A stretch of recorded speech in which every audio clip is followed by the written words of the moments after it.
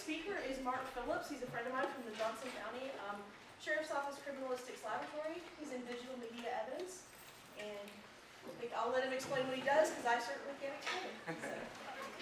Well, as you mentioned, I'm Deputy Phillips from Johnson County Sheriff's Office. I'll kind of give you a little background of who I am to start out with. How many people are like digital evidence background, not digital evidence background, but computer backgrounds? Know a lot about computers? Wow, that's good for me because that means I don't have to worry about making any mistakes. Hopefully I won't bore you. As she had mentioned, I come out here for the DK, so my body is like in shock right now because it's not out bicycling instead of being in the building. So anyway, I started my career out in law enforcement in the military. Started out in military police, worked there from 1989 till 1996. Got out of that, started working at the Sheriff's Department in 1997. Worked in the jail doing just typical jail stuff, watching inmates, what have you. Moved into forensics in 2006. Finished, they told me I had to have a degree because I didn't have a degree to start out with. So you guys are ahead of me by already being, going through a degree process. But I finished that basically in 2010. And then I became certified. I started out with video is primarily where I started out, and then I branched off to computer forensics. And I got certified with that in 2014. So right now there's only one person assigned in my section, that's me. We actually currently have a position out for employment. So they're asking for a lot of experience, but that doesn't mean soon down the road we may be asking for somebody else to help us. So anybody that is interested, that might be something you could look into. The lab I work for is an accredited lab. All that means basically is that we have processes in place to ensure that we're doing work that is acceptable. These are the areas that we do have testing in. You guys can read those and I won't go over every single one. But what it requires of us as an analyst, we do competency testing basically to make sure we understand what we're doing. So a written test or even an oral test. Then we'll get into proficiency testing, which is basically where you receive a case in. You process that case and there's an end result of that case. Then they review that with us to see if we met the criteria that they're asking for. Then we have a moot court, which I don't know if you guys do that type of thing here as well, but it's a very cool way to at least understand what you're going to be asked on the stand. Usually a moot court is 100% harder than it actually really is, but nevertheless at least you're prepared. And then we also do continuing education. We go to classes, things like that. I'm actually a member of the OSAC, which is Organized Scientific Area Committees. It's a federal group. Basically what we do is write protocols relating around digital evidence. I'm also a member of the Scientific Working Group of Digital Evidence, which is also another group that, since technology changes so rapidly, we have to be able to react to those. So Windows 10's updates, Windows 7, things like that to help identify where potential artifacts could be inside a computer. And then we also have audits from time to time to make sure we're doing what we say we're doing. And that's one thing, there's a misconception about accreditation, and that is they're telling you what to do. Well, they say what the scientific area does, but they do not tell you what to do. You write the protocols based on those, and you do exactly what they said. So, and then we have technical procedures that we have to follow when we're processing evidence. So what is digital evidence? It's a branch of forensic science encompassing the recovery of an investigation of digital data. And I put digital and or analog, because in video you have analog tapes still out there, believe it or not, which is your VHS tapes. How many people are familiar with those? Good. I just want to make sure, because as the crowd gets younger, it's a little bit more difficult to explain. But anyway, so what is digital evidence? It's any electronic device capable of capturing, storing, transmitting, or recording information in a digital and or analog format. That doesn't really fall into digital evidence, but it is something that we deal with, so I kind of leave it at that. I can tell you my father, who is about 75 years old, has now got a cell phone and uses it pretty rapidly, and he actually has an iPhone, so that just tells you they're out there in a lot of areas. So what type of crimes does digital evidence incorporate? About everything. I mean, if you think about it, you have a phone with you at all times. At least in my case, I do. And I can take photographs, I can record video, and it's tracking your location, and things like that. So we'll go into that a little bit deeper, but this is the types of crimes that we do deal with. I don't have prostitution on here, but I don't think I have, well, child exploitation, things like that. So human trafficking has become huge in the central area, believe it or not. So that's something that we're working with really heavily to try to mitigate. Computer forensics, what type of devices? We kind of talked about that a little bit, so I won't go into that in great detail. But everything you can think of potentially has, an automobile has information that's stored inside the automobile. So that is something else that we can work on. So recognizing evidence. Again, you know it's out there, it's just deciding whether or not, is it going to be probative to your investigation? Is it out there? Is it recording? Things like that. Because when you go onto a scene, let's just use video as an example. If you go onto a scene and there's multiple businesses, you don't know which businesses have video, and you may also, when you're dealing with a house burglar, you may not know exactly who in the area may have video. So you have to make sure you can identify that type of stuff.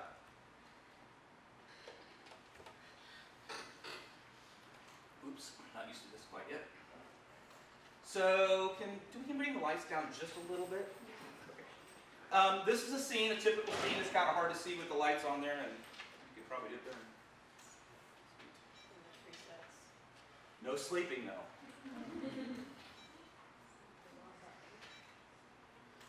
That's good, right there, perfect. So if you think about this, it's a typical scene. You see some computers in there. Kind of hard to see from back there. Does anybody else, kind of hard to tell, but anybody else see anything that may be of importance that kind of tells you a little bit about the type of person that's running this computer? Over here in the right-hand corner, underneath that light, there's a book. It's kind of hard to tell for you guys, so it's a book on computers for dummies. So that kind of tells me this guy may know a little bit more information about computers. Webcam, and what'd you say? Dummy, okay. There's a webcam there, so that tells me that he may be recording things. USBs can come in all kinds of sizes. I didn't bring mine with me, but it looks like a key, but it's actually a USB drive. There's bullets, all kinds of things. So you have to kind of keep an eye out for things. How many people have a router at their house that they can actually connect a USB up to and store data locally? So that's another thing that we take into consideration a lot of times when we're out on scenes, especially when you're dealing with child cases. That information may be stored either one on the cloud or two actually on those devices itself. So now I got that. There's a power supply here, just different things. So basically, this is not necessarily a typical scene, but it's as close as we can get to a typical scene, because usually when we're dealing with some of the guys that we deal with, their desks are not nice and neat like this. This is actually a business. So if you think about your desks, probably in your houses and things like that, they're probably not as neat as these. So at least when I was doing my classes and things, I had stuff all over the place. So we'll go into cell phones a little bit. So again, I talked about cameras, video, audio, instant messaging, internet access, social media. How many people actually use Snapchat? And that image is gone and it's never to be seen again, right? No. Exactly. That information is still out there. We pull tons of images for child cases and things like that. So it is not out there. And again, if you're putting it out on the web, an interesting fact with Kick Messenger was another one. We were kind of looking out there and we had this phone and we looked at this web address and we're like, there's no way in the world they could have just had this web address storing this information. It's got to be encrypted in some fashion. Sure enough, we typed in that web address, pulled up that image, and it was exactly what we're looking for. So anyway, nothing is foolproof, as you will find. And the last thing you want to do is get pictures of yourself out there that are risque potentially. And for employment, for Facebook and comments, you have to be very careful what you put out there. I am a person that made a comment on Facebook and my supervisor found out about it. And it wasn't the best comment, so it come back to bite me. But anyway, just be careful. I guarantee when you're coming in for this class or coming into the degree program, I guarantee administration is looking at those web pages, especially as it becomes more competitive, and so they're going to look at it. So here's a quote. I think I really like it because it's so true. As a computer allows you to make more mistakes faster than any invention in human history, with the possible exception of handguns and tequila. I like my tequila, not as much anymore, because I've had a very bad experience with it. But anyway, having that said, it just tells you, and if you look at the political, like right now with what Trump is saying, is that it's rigged, it's done all this stuff. Well, part of that is not necessarily, it's social media, but it's also the news cast, and people put stuff out all the time, and they're not verifying that information. So also, when you're looking out there, make sure you kind of pay attention to what they're saying.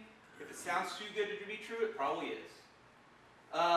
So one of the things that we follow in digital evidence, probably the most important thing, and I'll show you how we do it here in a little bit, is to protect the evidence, to make sure there's no changes made to that evidence from the time we acquired it to the time we do the analysis, and even after that. And this goes with cell phones. How many people have a cell phone that they've formatted factory wiped? Nobody? If anybody, if I could do it right here, and literally it would take seconds to do. So you could send a wipe command from your personal computer to your phone and wipe it like that. And all it does is inside the phone there's an encryption key. And so when they delete that encryption key, you're deleting that information, not so much the information, but the ability to get that information. So it's gone for us. And it's also gone potentially for you. So even though we can acquire the data through some type of process, through a Celebrate or whatever, which I'll talk about here in a little bit, it's not going to be any good because it's going to be encrypted. So anyway, this talks about removing the battery, things like that we do to prevent any changes from that media from the time that the officer acquires it. So we don't have a lot of people that is computer degrees, so that's not a bad thing. So I'm going to go over this very quickly. But basically, this is the way the data is stored on a hard drive. Bits, bytes, kilobytes. If you've ever wondered why these numbers don't match up, it's because of the 8-bit system. Megabytes, it takes a 1024 kilobytes. 1024, you see the common number here, 1024, 1024, 1024. So anyway, that's just the identification of what an actual gigabyte is, how much information it stores, and a terabyte, petabytes, we can go on and on. So I'm not going to cover that real in detail. So we will go into this a little bit more, and it kind of just gives you an idea, and I'll talk as I go through about them. Active files is basically files that have not been altered. And these are some things that we look for when we actually do a computer. And if you was to pick up a computer, an active file would be something that you can see without any tools, anything like that. Now you may have to have a particular player to play that, but you can see the files. A backup is exactly that, a backup. How many people back up their data? That is good to see, because I can tell you I had a report that disappeared, and yeah, it was not good. And they don't use that for an excuse, trust me. So anyway, always back up your data, whether it be on a cloud storage, two different types of media. And actually, this presentation at one point had been destroyed. Luckily, I have backup of it. So central processing unit, that's basically what does the mathematical algorithm. It goes through and basically gives you this information. Because when you see a picture, all it is numbers, zeros and ones, on or off. So it's kind of amazing how that all works. CVIP, which is Child Victim Identification Project. Basically what they do is they provide us a list of files, and they have what they call MD5, which is nothing more than a fingerprint. It tells us what that file is comprised of based upon a mathematical algorithm. And so what we can do is we can do a search across the data to identify pictures of interest that are known child porn. And this also works with web crawlers, so the various three-letter agencies are out there, and they're doing web crawling all the time, and it identifies areas, websites, things like that have child porn, so that way we can try to eradicate this a little bit. Because it's rampant, it's ridiculous. Right now, out of all my cases, I have 7 that I'm working right now, and I have a lot more in the backlog, but 7 that I'm physically working. Out of those 7, 6 of them are child cases. So anywhere from an age of 10 to 14, and then just about 3 months ago, we had like 1-year-olds, 18-month-year-olds, things like that. So it's pretty sickening, to be perfectly honest with you. But anyway, I digress. Encryption, like I talked about, is just a way to protect your data. This is a great thing to do. The problem is if you ever lose that key, like I talked about with the iPhones, that is gone for good. So be wary of that. We actually have one of the ladies in our office that basically, not in my office, but in the lab, that she encrypted her data with the password, which was great, but it got corrupted, and so now we can't recover the data. So it is what it is. Electronic media, it's a container basically that's like CDs, DVDs, firewalls. It just restricts information being transported in there. File extensions, that's what you see with files, and those are associating what type of player it is. And even though you change a file extension to kind of convert that or not to be seen, with our tools, we can actually, it has a file header. It tells us exactly what type of file that is. So it's going to tell us, one, that you changed that, two, how to get the file and how to play it. So just be aware. File fragments, a fragmented file found in unallocated or slack space. This is information, and I'll talk about it a little bit further, but basically, like if you delete a file, how many people are familiar with the card catalog? Few. Table of contents. That's easy. So all it does, whenever you format something, it's getting rid of that table of contents. So it's kind of like ripping the table of contents out of the book, and then you could go through the book and find the information until you pull out that page. If you pull out that page and replace it with something else, you can no longer find it because it's now gone. So that's the same thing of how you, when you delete a file, all you're doing is deleting the file contents. But when you wipe a drive, you're getting rid of those pages and you're shredding them. So just have an idea of how it works. And I'll also talk about that here in a little bit. A GUI interface is like Windows. It has what they call a GUI interface. That's what you see and play with. In the actual background, it's actually code that's happening and doing all this stuff at the same time. It just makes it easier for you. Hard disk, everybody's probably aware of that. Hard drive, internet service provider. This is a way we can identify who it's coming from. Internet history is something that we use to identify where the files came from. And it's kind of interesting. You think that there's different programs out there that help delete files and stuff. When you do, let's just say you pull up a web page. There is residual information all of that computer that you pulled up that file. So just because you delete it in one location doesn't mean it's been deleted in all locations. I would say at least 20 to 30 things are probably, if you just go in and open a picture, it probably brings up 30 things. When you open a picture in thumbnail view, it actually creates a thumbnail. And then if you do it in 256, which is fairly small size, and do 96, it's actually storing those files in a thumbnail. So if you ever wonder the thumbs file, that's where those images are stored. Internet cache is a location where it deposits information, the information about internet. MD5 we've already talked about. Memory, we can use memory to possibly, in some cases, if we have the system running, a lot of the passwords for this encryption is actually stored in that memory. And so sometimes if we have a live system, we do what's called live acquisition, and we'll actually pull those passwords from that, and then we can get into and decrypt those devices. So, modem, you don't see those so much anymore. Routers, basically the same thing. Monitors, path is the location of the file. RAID is just an extra way of redundantly backing up your data using multiple hard drives. Recovered folders and things like that, that's stuff that we can recover from the device.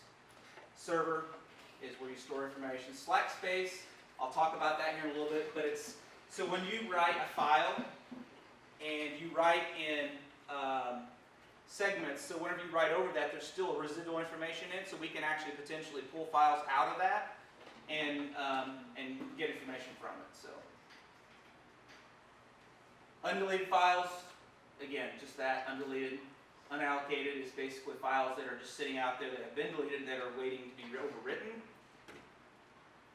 Okay, now we get into how data is written. It's kind of interesting because these platters are constantly moving, right? And so it doesn't make sense for it to write consecutively all the way across, because remember I talked about the computer doing all kinds of things. It's reading, it's writing, it's, even that program itself is running. So all this stuff is pulling information from all over the disk. So that data is stored on the platters, and it's stored magnetically. kind of put that out of line. Let me go back here. So this is how information is stored. So you have what they call tracks, and then you have sectors, which this blue, it says sectors, which they're pi. If you look here, that's what I'm talking about. But those sectors is where you store information, and based upon how much space is on that drive is depending on what size of a sector is going to be. Because you can have 256 sector, you can have 512. All it is a box. So it's a larger box that stores information. Because if you have a big truck, you don't want to have to fill a whole bunch of small boxes to do that. You want to try to make it efficient and put it in the biggest box possible without making it too heavy. So that's all a hard drive is. So I talked about, let me go back here. Anybody have any questions at this point? I know I'm going over in a lot of technical details, so hopefully if you ask me a question, I can maybe clarify it a little bit. I talked about formatting. What it does is it creates a file system, so it tells you what file system it is, and it makes a root directory, but it does not erase data. So that was a take home for that. Back out of that. This is what I talked about when you have a sector. This is the piece that you save. There's what they call RAM slack. That's the stuff that's left over information that has been left over from a previous file. And if you only take out this much information, all this stuff is still inside that box. Does that make sense? So what we can do is our tools look for header information, and it tells what that file is, and potentially pull deleted data from that. So as zeroed out data just means that if it's been wiped with, and what wiping is like if you have you have this whole piece right here, and you want to wipe the whole thing, it'll actually write data, zeros or ones to that, and it's usually done in a random pattern, so that way that data that was there is no longer there. Does that make sense? Apple's a great one to do that because you can actually wipe empty, the slack space, even while you're still processing. Windows doesn't quite work that way, but again, it's one of those tools for Macs that, and that's part of your operating system. Again, this is just kind of the same thing. So these are the tools that we use: FTK, Encase, Internet Evidence Finder, Celebrite, XRY, and Registry Viewer. FTK is, I don't have Encase or Internet Evidence Finder on here. I do have a Celebrite, and if we get to it in time, I'll try to do that because I'm also going to try to cover the dark web, which is kind of interesting, I think. So what does FTK look like? That is what a file looks like right here. So you can't read it, but that's what a file, and I think, I don't even know what that was, to be honest with you. There's not a file header that I can see on there. So this is a drive, and if you look up here, it says labitem1.eo1, so we imaged the files. And partition 1, so it had one partition in that particular one. This lab item 8.5 had one partition. This is going to be a Windows XP device, most likely. I think. No, I don't know exactly what that is. I think it's NTFS, so it had to be Windows 7. Anyway, that's just what we look at. So if you look at these tabs right here, Explorer, this is Explorer View. Overview will actually give you the file extension, so you can look by file extension. So if you're looking for a JPEG or whatever, you can look at it that way. Again, I talked about the child cases with the MD5 hash. They have what they call KFFs, and that's what we use to identify child porn. So I can look at the what it says KFFs, and I can look at those files that are potentially listed as KFFs or child porn. I can look at graphics in a large view, so all I have to do is click here and it'll give me all graphics in this whole entire thing, and then I got to go page by page to look at them.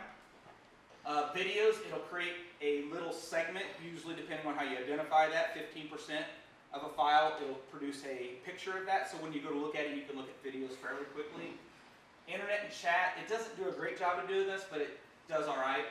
Bookmarks is like if we find a file of interest, we'll bookmark that file, and we'll present that in court eventually, and we'll do a report based upon that.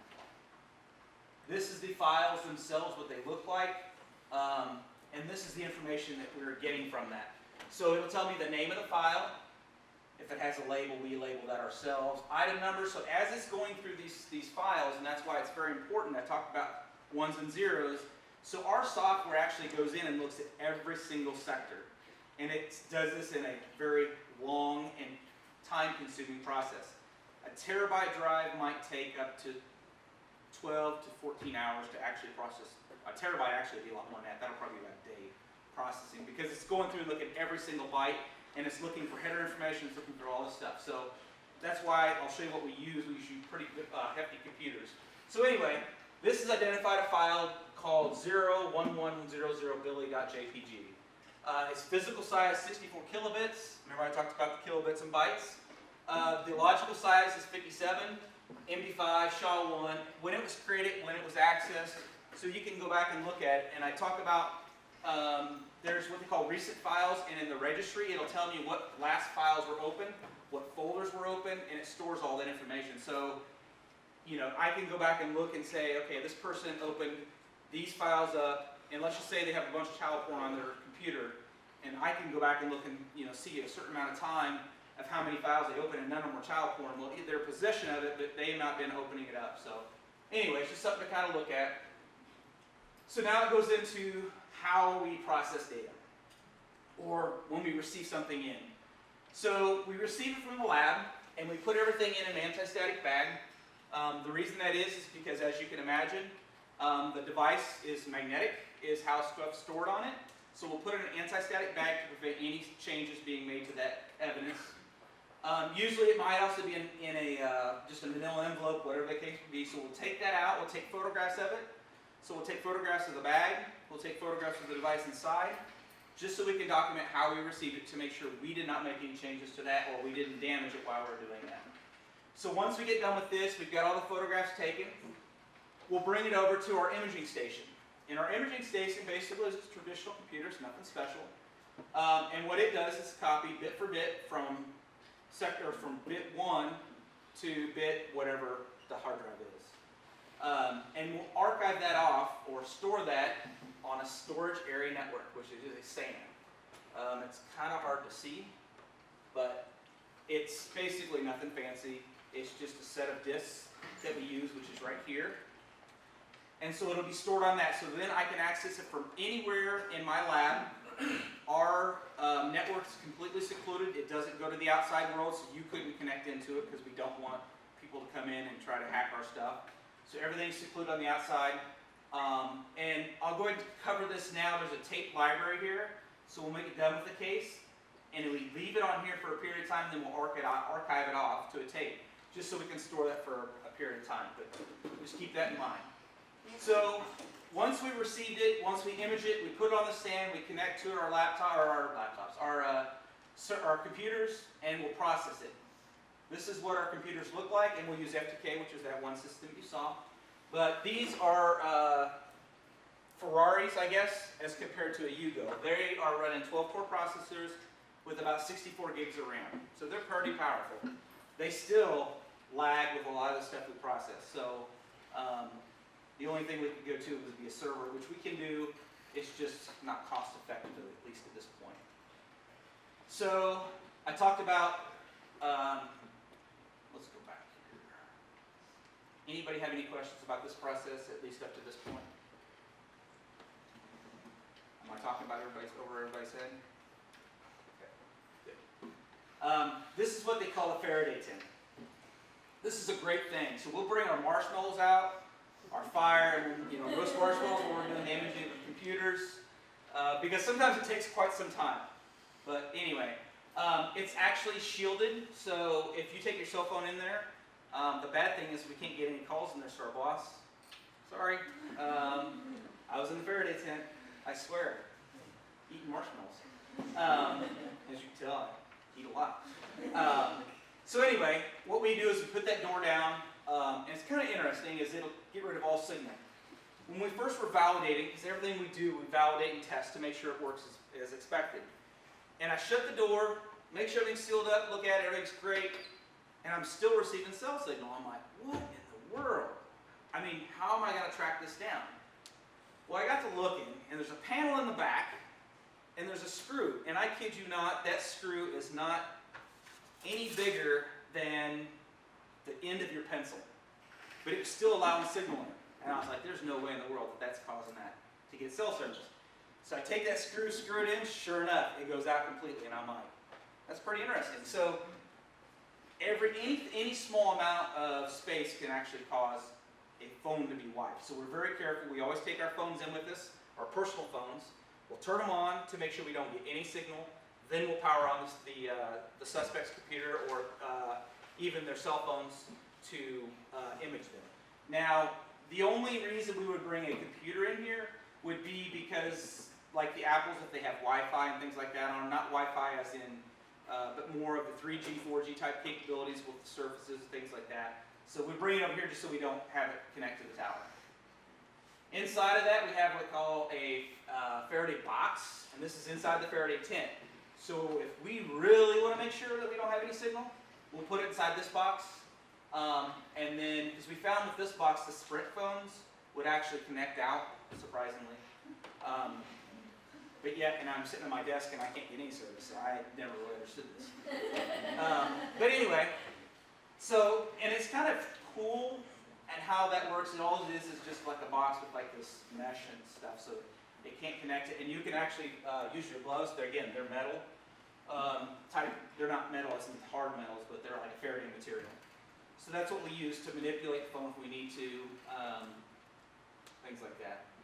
So after and we can also put on what they call airplane mode, except for some of the new Apples. But we'll put it in airplane mode, and once we put it in airplane mode, we'll open the tent up because it's, we don't want our boss to get too mad. And we'll actually connect to the device. And so we can do mobile devices, SIM cards, USBs, and then we can take pictures of the screen if for whatever reason we can't connect to it through mobile device. And I can tell you this is a pain in the neck. So how many people probably on their phone right now have, probably in one conversation, 1,000 texts?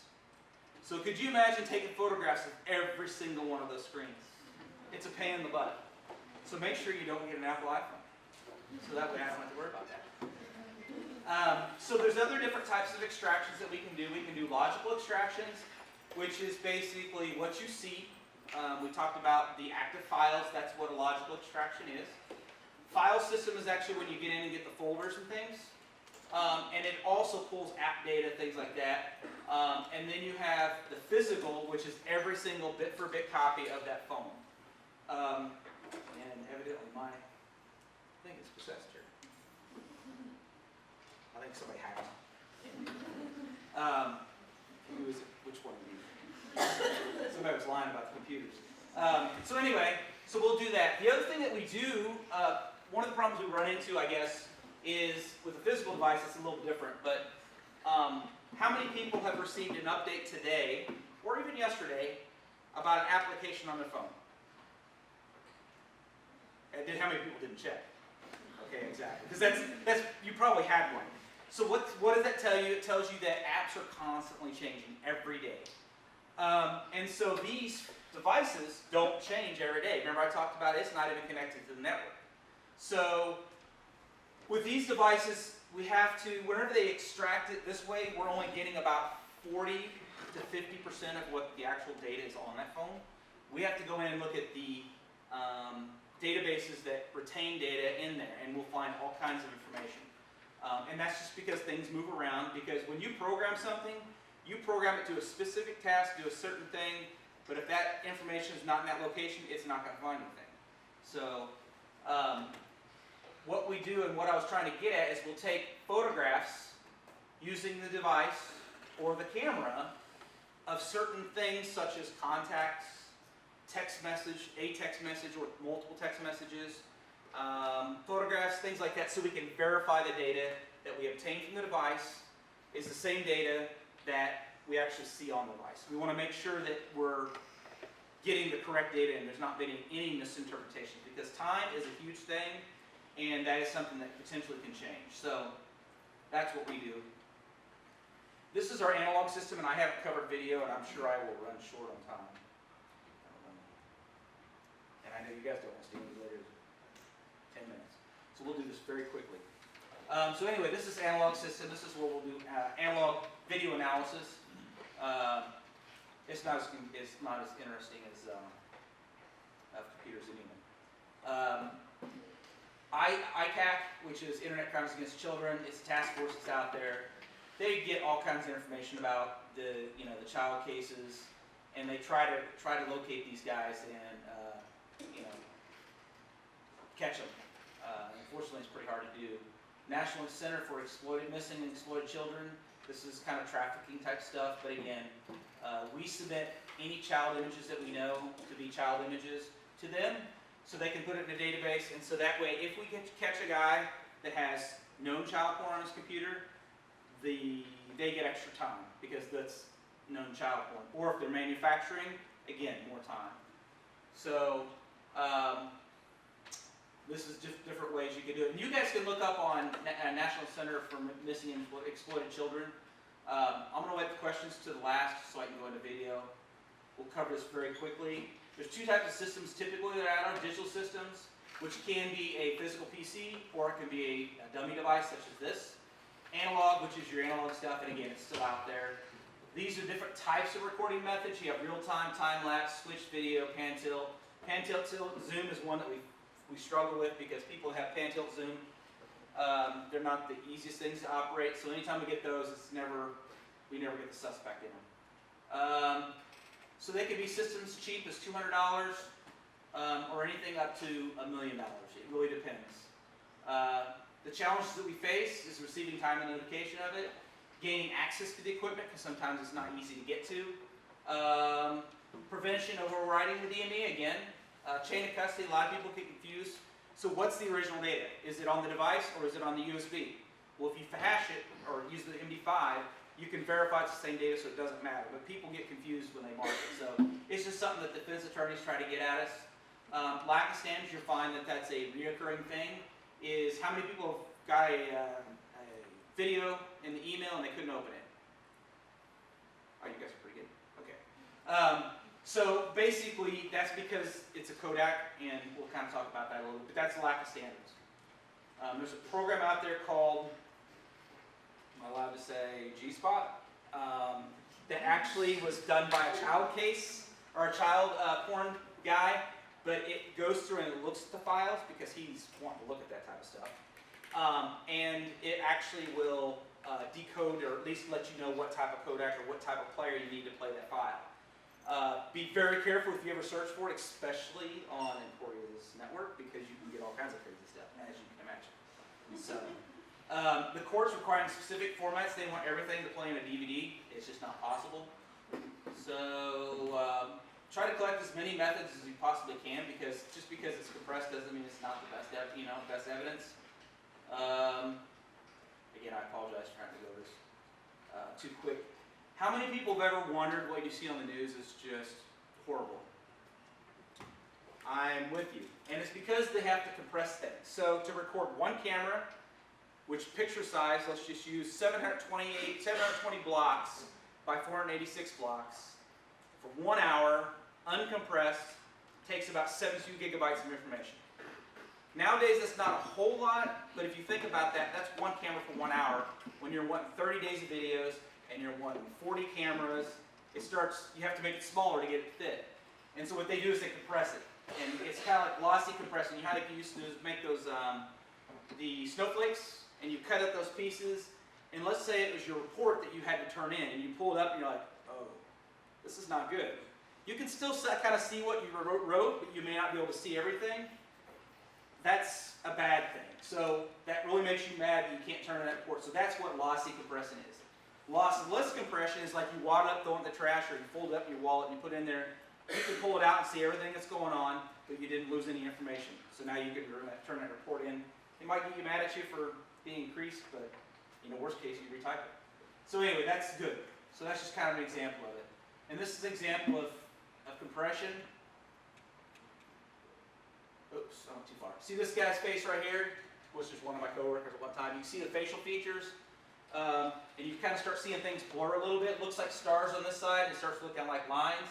And you get at the end, and it's actually changed colors completely. And that's just because of compression.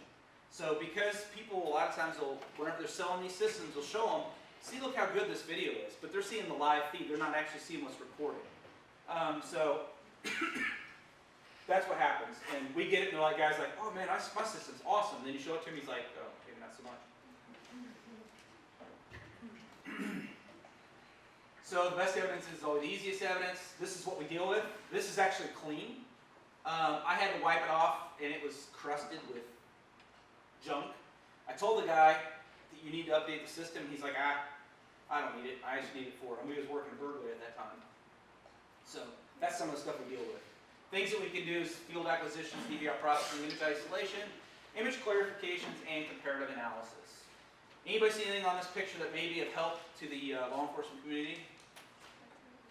Tattoo, exactly. That's something we may be able to do a comparison on. Now, could we say it's the same exact person? Probably not. But you see he's touching the counter, so we have DNA possibly. You may even have a fingerprint from that. So again, it kind of tells the whole story of what's going on. And if, let's say, you have a homicide, and it's a gruesome one, it's captured on camera, and the defense or the jury watch it, they're going to probably feel a little bit more sympathetic to the case when they actually can see it and be there. So this is just another, that the people are probably not the most sober, so when they're sewing these patches on, they may be crooked, and that's good for us because that means that's unique. So in this case, the guy went in and bought duct tape, he bought baling twine, I think, and some other stuff. He had the receipt with him, which was awful nice of him to carry it, and then we found the tape, and so we could do fracture matches on that, and then also we could do comparisons on this.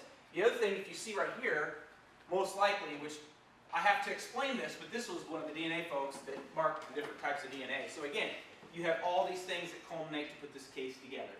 So that's the good thing about the video. Frame averaging, we'll see if this will play. Or not. Basically what it is we can take images, stack them on top of each other, and anything that moves in that image we can subtract out. And then we can do a process, and then you can actually see the plate. So, I'm trying to get to the dark net. This is a plate. You look, it's pretty blurry, but what we were able to do is define the motion that the camera was moving, and line those up, and kind of basically bring them all together, and actually get somewhat of a plate, so you can start guessing of the numbers.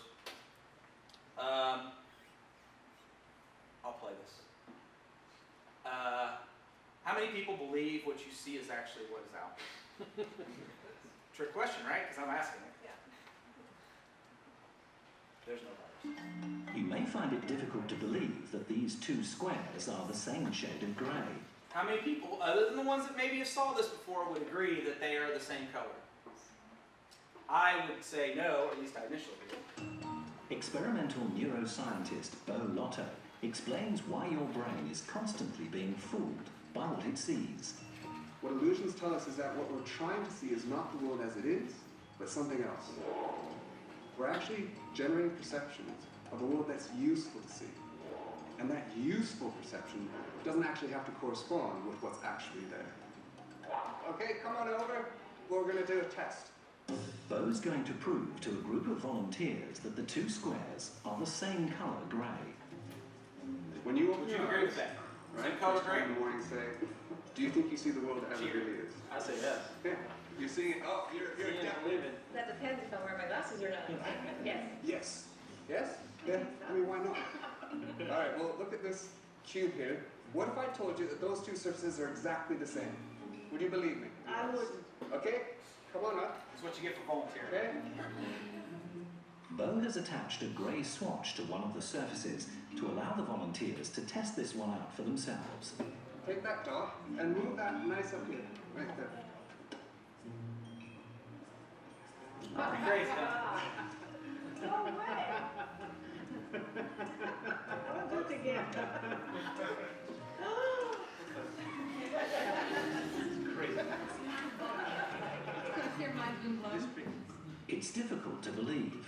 Let's take another look at the illusion. So even though I work at the Sheriff's Department, I know you don't believe me, right? These can't be the same. Well, take your finger and put it up here across that line, and you'll see they are the same color. It's because your eyes are perceiving the grayness and things like that, and it actually tricks you into believing what a color is. So if they ever talk to you in some of your classes and things about identifying things and doing it yellow in color, gray in color, this is one of the reasons why. The second thing is when you go to describe something, you may be seeing something that's not there. So it's kind of interesting. The same thing applies. How many people have watched a video and you've actually, you watch it and you're like, oh, that looks clear. I should be able to get the license plate from that. And then you pause it and it looks horrible. It's because your eyes perceive things that are not there. They know what reality is, and these manufacturers for these type of systems actually trick your eyes into filling in blanks that actually are not there. So you're not missing something, you're not going blind, it's just that that's what they did to help compress the file to make it smaller. So, we'll go over questions here really quick. I'm going to go over this part. It's kind of interesting. This is Tor, and it's basically it's kind of like the dark net, or it's a way of hiding identification so they don't know who you are. It was actually started by the Naval Company, or Naval Research Laboratory, and the same way some of the law enforcement they use it to help mask their identity, so IP addresses and things like that. So I tried to download it the other day, or today, and it wouldn't let me. I don't know whether it's offline or it's still out there, but I'm sure if not, there'll be another one that comes out. So if you think of an onion, they have different layers on it, right? So when this file is sent, it's unsecure when it goes in, but then it goes to the first place that it peels off that layer, and then the next address is inside it, and it goes on until finally it gets to a location, and you can see exactly what you're looking for. And we'll kind of go through this very quickly, but this is kind of how it works. It's like a proxy, so it's like whenever you have somebody proxy your test, there's somebody there watching you and maybe guiding you in how you need to not answer the test, of course, but more of direct that test to where it belongs. So they basically create a circuit leading to the destination. It basically jumps around all of the United States, or even overseas, and trying to mask its identity. So if you don't know where it's coming from, it's kind of like the conversation that you have, and it's the telephone thing. But the problem with this is it actually keeps the information the same. It just gets where it needs to go. Again, Alice and Dave are wanting to communicate. They don't want anybody to know, or excuse me, I believe it's actually Jane and Bob. So this is the unsecure part, and then it goes to here and it becomes encrypted. So this, from here on out, nobody knows where this is coming from. So it's encrypted all the way up until they get to there, and vice versa. It might, next time you send the message, and you may be sending multiple messages, it'll go to a different place. So trying to track that is difficult. And then it gets encrypted, and then it goes throughout, and vice versa. So, so what's it used for? It's used to visit websites without leaving, who you are. It's used for whistleblowers, etc. And I'm going over this very quickly, and I apologize. This is a real-life example where they basically used it for a presidential election, and you guys can look it up. And the State Department asked them to delay an update, so that way it wouldn't. They couldn't see what's going on. So I thought this was interesting, the Silk Road, and we kind of talked about this a little bit. This is the dark net. It's a way people can sell drugs, people, what have you. It was closed down in 2013. Within a few months, another one was back up and running. So it's kind of interesting. The closure took out about 13,648 drug deals. That's a lot of drug deals. And this is all done on the net. This doesn't include everything that's going on, but it's all done on the net. And it's done on the dark web, so they use the Tor network to hide their identity and to do transactions. And they also have what they call bitcoins. How many people are familiar with bitcoins? It's becoming more popular because you can actually go to, I think, Subway maybe takes bitcoins. I can't remember.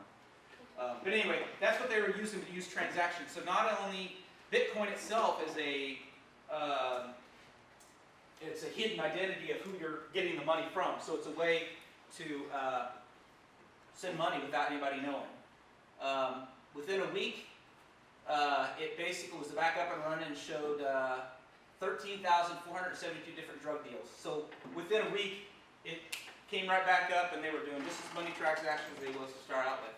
So what does that mean? It basically means that some of our drug dealers are becoming very educational in electronics. So it's kind of the wave of the future, digital evidence. And actually it says the Newton Arc may carry a total of 33,000 different drug deals. Almost threefold the increase, so it actually increased, which I thought was rather interesting. I think, is this 2000? 2000, yeah, this is 2016. The other one was a little older, but this is a 2016 February. You guys can read. It's different types of stuff that are out there, but they're bringing together all kinds of technologies such as Bitcoin, Tor, escrow, and they're actually having to become more, what do you call it, customers always right type thing. They're becoming just like our traditional dealers. So this is exactly what I was talking about. Drugs available through there, and it's like I said, to sell people, pictures, whatever.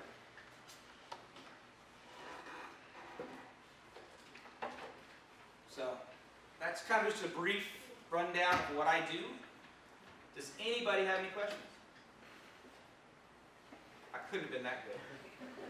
You guys are ready to go home, right? You do all that by yourself? It's just you? Right now there's two of us, but doing cell phones, computers, and not necessarily the dark net we don't deal with so much, but yes, we go through and search the computers. And as you can imagine, we're Johnson County, so we get a fair amount of cases in.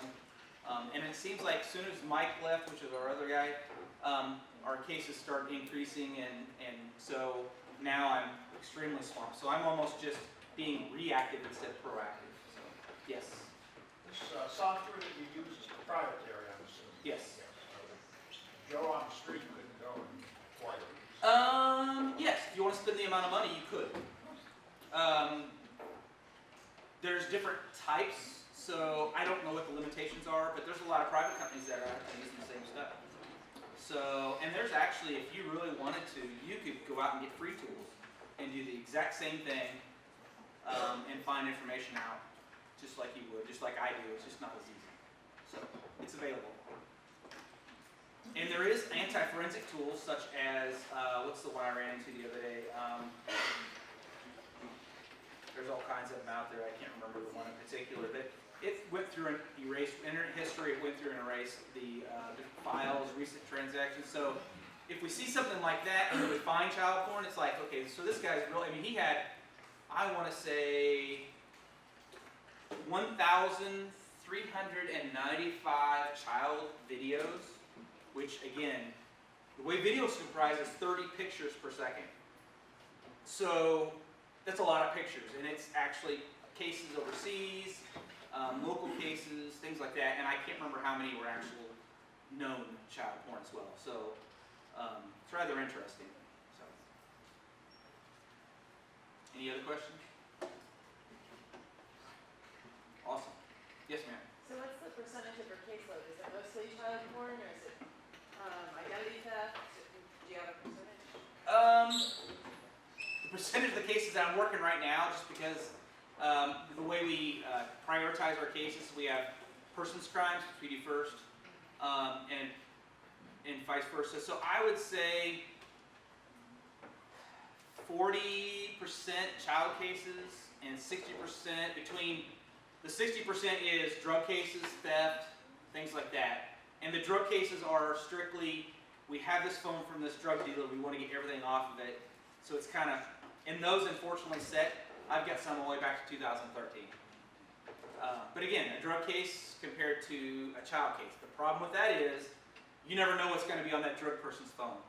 I guess we're in school, so you have tons of pictures, if you can imagine people sending them of their private parts and things like that. And a drug dealer, they always have some type of porn on there. So unfortunately, I'd say, and like I said, it really depends. Child cases is growing. Like I said, I have probably a total of, and that's kind of what I was using for my visual is, I think I have a total like 100 cases, and I've worked like 15 to 20 child cases, and they've been pretty massive amounts. Any other questions?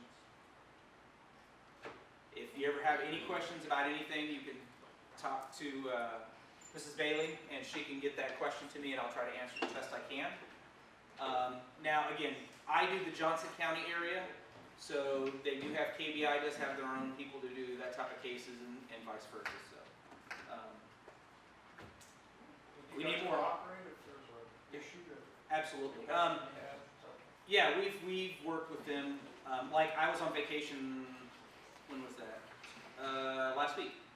And I'm sure you heard about the, because I do have to take vacation every now and then, but I'm sure you heard about the Johnson County Sheriff's Office employee that was kidnapped.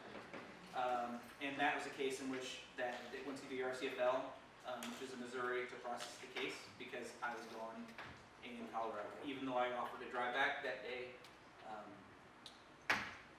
And I am a certified police officer as well. I work for the Johnson County Sheriff's Office. So